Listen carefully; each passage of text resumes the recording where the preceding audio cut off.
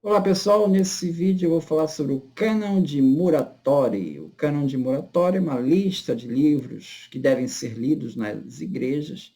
Ele data aí de 160, 180 e eu já falei dele quando eu falei da historicidade dos evangelhos, né? Porque ele cita ali os 4 evangelhos, né? Então é um documento importante. Eu vou falar sobre o que se sabe desse Cânon de Muratori, né?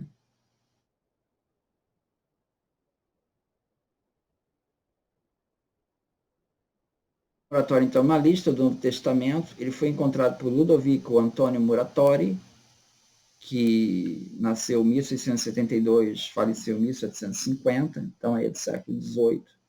Ele está na Biblioteca Ambrosiana, em Milão. Ele está contido, o códice que a gente tem, ele data do século VIII ou século VII, e que pertencia originalmente ao mosteiro de Colombano, em Bobbio, na Itália. Muratori ele atribuiu essa lista a Caius, um presbítero de Roma, mas já se sugeriu que o autor poderia ser Papias, poderia ser Gesipo, Mérito de Sardes e outros. Então, nós não temos nenhuma evidência significativa de autoria para ele. Né? O texto original, né, que ele é uma cópia, né? O texto original ele teria a datação de meados do século I e, mais comumente, nas últimas décadas do século II. Então, agora, ele está sendo colocado lá para 180, últimas décadas do século II. Harnack, ele interpreta o Cânon Muratório como um documento oficial publicado em Roma e que servia de conteúdo do Novo Testamento para toda a igreja e que funcionava como um cânon. Então, por isso ele deve ter sido escrito por um bispo ou, menos provavelmente, com alguém associado a um bispo, que está escrevendo com a autoridade de alguém que está liderando a igreja. Então, o Harnack então, encontrou então, nesse documento uma certa proeminência da igreja romana sobre o resto da igreja, quando ela define o cânon a ser usado pelas outras igrejas, no sentido mais amplo.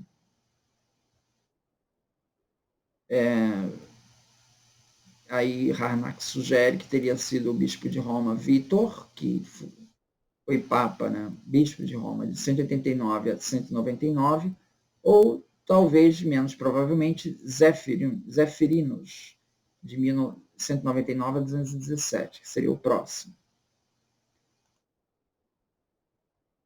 Bom, a questão é que os autores alegam o artigo, né, estão falando, Koch, né, ele está falando que o Harnack se precipitou nessa conclusão de associar o sentido de católica com o mesmo sentido católico que a gente dá hoje.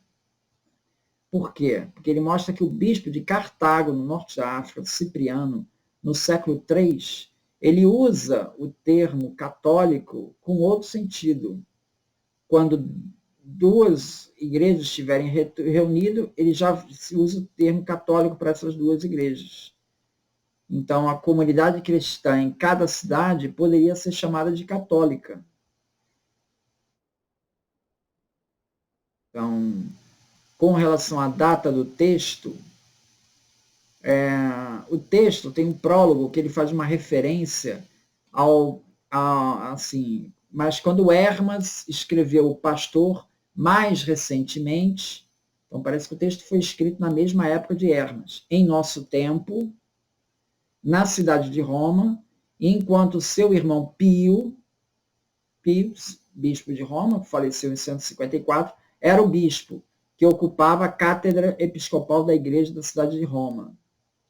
Então, esse prólogo aí, ele parece colocar claramente o texto por volta aí de 160, que é o episcopado de Pio. Mas há controvérsias. Né? Irineu encontra Heresias 4:22 e Eusébio, História Eclesiástica 5:8-7, eles de fato citam o pastor de Hermas como aprovado em algumas igrejas. Então, é razoável o pastor de Hermas estar ali naquela lista. Clemente de Alexandria e Orígenes também. Mas o Sanderberg, Albert Sanderberg, em 1973, ele já questionou essa datação de 180. E que essa referência ao nosso tempo que aparece ali não deve ser lido literalmente. Tá?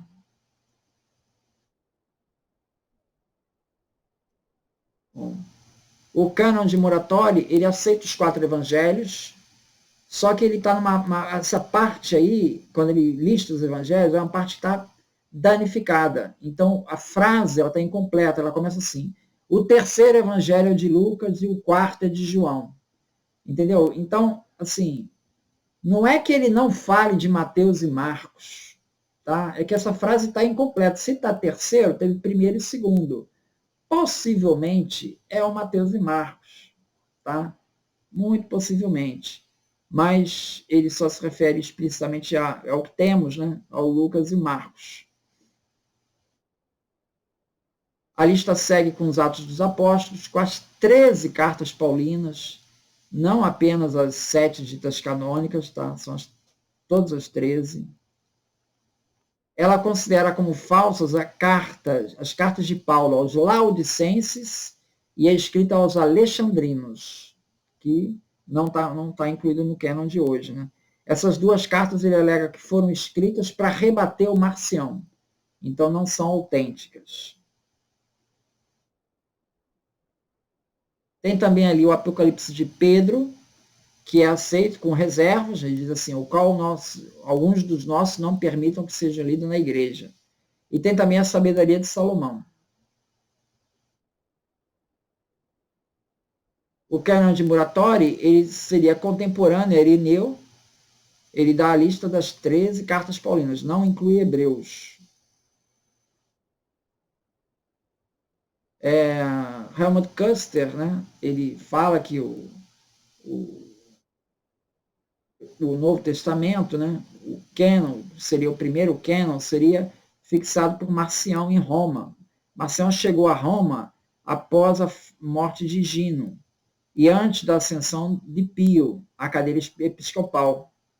Então, Marcião, ele queria ser bispo de Roma, por isso que ele foi para lá. Então, ele competiu com Pio pelo episcopado de Roma. Sanderberg, ele dá uma data do cânon Muratori para o século IV, porque seria uma anomalia se o cânon Muratori fosse produzido e divulgado por volta do final do século II em Roma, desde que não há paralelos conhecidos na igreja por mais de um século. Então, esse é o argumento de silêncio, sempre um argumento de silêncio. Ou seja, você pega o cânon de Muratori de 180, o próximo cânon vai aparecer 100 anos depois. Então, como está muito isolado aqui, não deve ser essa data. É o argumento do silêncio. Né? Mas nós temos lá no prólogo dizendo que está por volta de 180. Né? Outra questão que ele alega é que o cânon de Muratori usa um latim muito ruim. Então para o texto que seria oficial, não seria esperado um texto tão ruim de latim, segundo aí o Sanderberg.